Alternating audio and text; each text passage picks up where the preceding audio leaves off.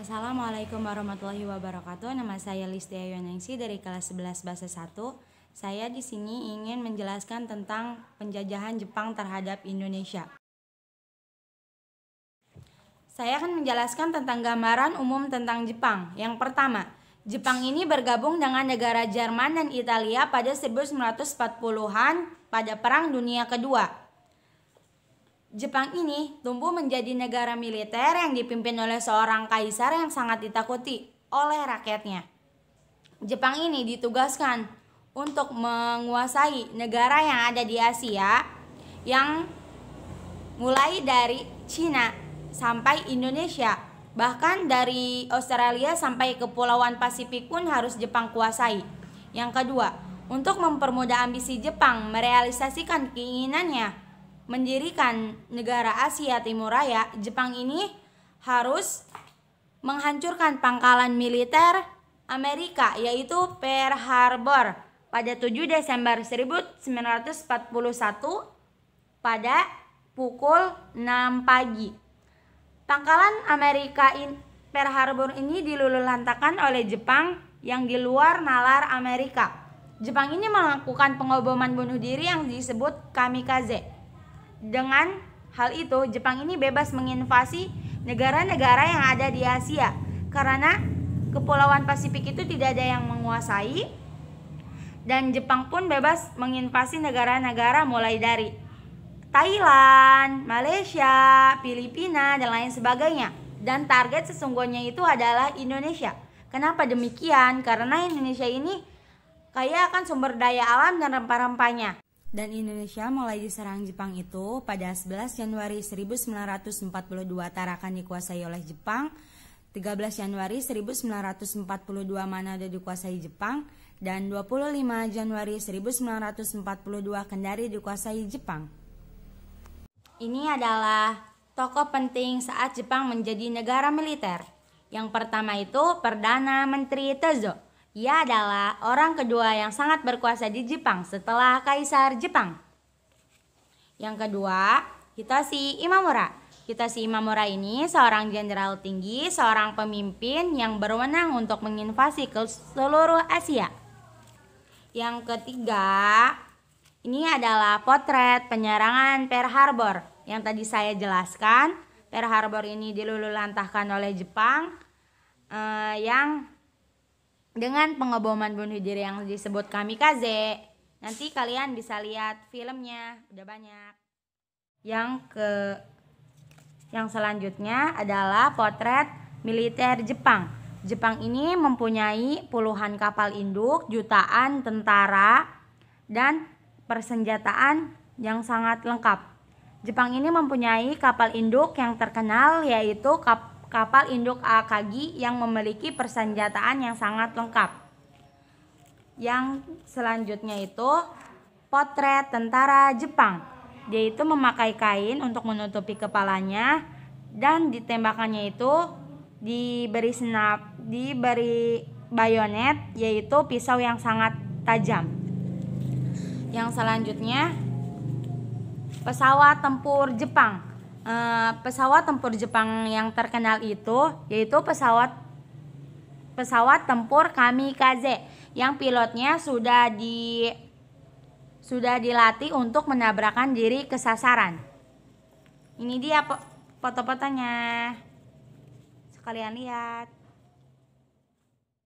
Saya akan melanjutkan ketika Jepang menginvasi negara Indonesia pada 1 Februari 1942. Pontianak dikuasai Jepang. Pada 3 Februari 1942 Surabaya dikuasai Jepang. Pada 6 Februari 1942 Pontianak dikuasai Jepang. Nah, minggu ketiga dan keempat ini pada tahun 1942 kota besar di Jawa dan di Bali ini dikuasai oleh Jepang. Misalnya Jakarta, Bandung, Semarang itu dikuasai oleh Jepang. Dan akhirnya pada 9 Maret 1942, Belanda ini menyatakan menyerah pada Jepang yang di bawah pimpinan Gubernur Jenderal Tjarda dan Panglima De Porten ini menyatakan menyerah pada Jepang. Maka dengan menyerahnya Belanda kepada Jepang, Indonesia ini bebas dari jajahan Belanda. Namun, Indonesia akan memasuki babak baru karena akan dijajah oleh Jepang. Nah, ini bisa kita lihat, ini adalah potret penyerahan kekuasaan Belanda kepada Jepang yang dilakukan di kota Kalijati, Subang, Jawa Barat. Makanya perjanjian ini disebut Perjanjian Kalijati karena diadakan di kota Kalijati, Subang, Jawa Barat pada tanggal 9 Maret 1942. Penandatanganan pemberian kekuasaan Belanda kepada Jepang ini oleh Jenderal De Porten dan Gubernur Jenderal Tjarda. Berikut adalah ciri-ciri pendudukan Jepang.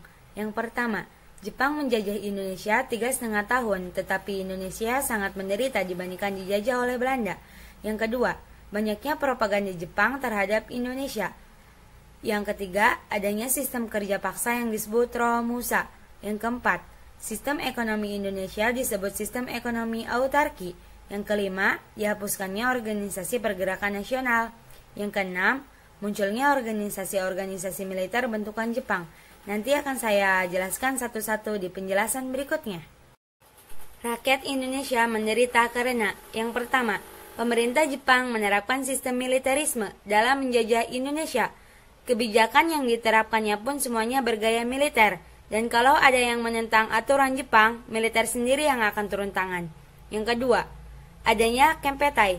Kempetai ini polisi militer rahasia Jepang yang tidak segan-segan bertindak kejam kepada rakyat Indonesia.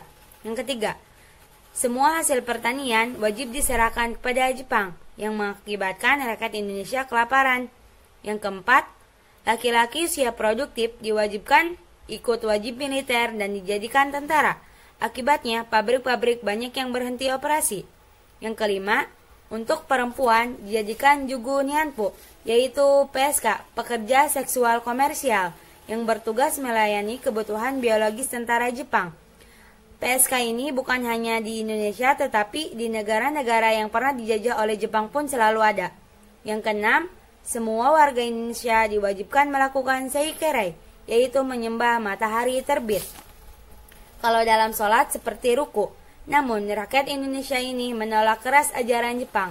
Akibatnya rakyat Indonesia banyak yang melakukan perlawanan terhadap Jepang karena mereka pikir ajaran Jepang ini dianggap syirik, karena mayoritas rakyat Indonesia ini beragama Islam. Propaganda Jepang di Indonesia. Yang pertama, Gerakan 3A. Gerakan 3A ini adalah Nippon Cahaya Asia, Nippon Pemimpin Asia, Nippon Pelindung Asia. Yang akibatnya Indonesia ini menaruh harapan besar kepada Jepang karena Jepang menjanjikan untuk membantu Indonesia merdeka. Yang kedua, Jepang menganggap dirinya sebagai saudara tua. Saudara tua yang dianggap pahlawan karena berhasil mengusir Belanda dari Indonesia. Yang ketiga, Jepang memperbolehkan pengibaran bendera merah putih, penggunaan bahasa Indonesia di samping bahasa dan bendera Jepang. Yang keempat, membentuk putra, yaitu kumpulan kaum intelektual atau orang-orang pintar untuk melawan sekutu yang disebut dengan 4 serangkai. Tokoh 4 serangkai ini yaitu Soekarno, Muhammad Hatta, Ki Hajar Dewantara, dan Kiai Haji Mas Mansur. Yang kelima, adanya Jawa Hokokai, pusat kebaktian Jawa, yang fungsinya menghimpun kekuatan rakyat untuk Jepang lahir dan batin. Adanya sistem kerja paksa yang disebut Romusa. Romusa adalah pekerja paksa, sebuah sistem yang diciptakan oleh Jepang untuk membangun infrastruktur penunjang militer dan pendudukan Jepang di Indonesia. Romusa dipaksa bekerja tanpa dikaji dengan jatah makanannya sekali, dengan tidak layak, seperti makan nasi dicampur dengan air. Tidak jarang mereka bekerja sampai mati. Jumlah pekerjanya pun 4-10 juta orang.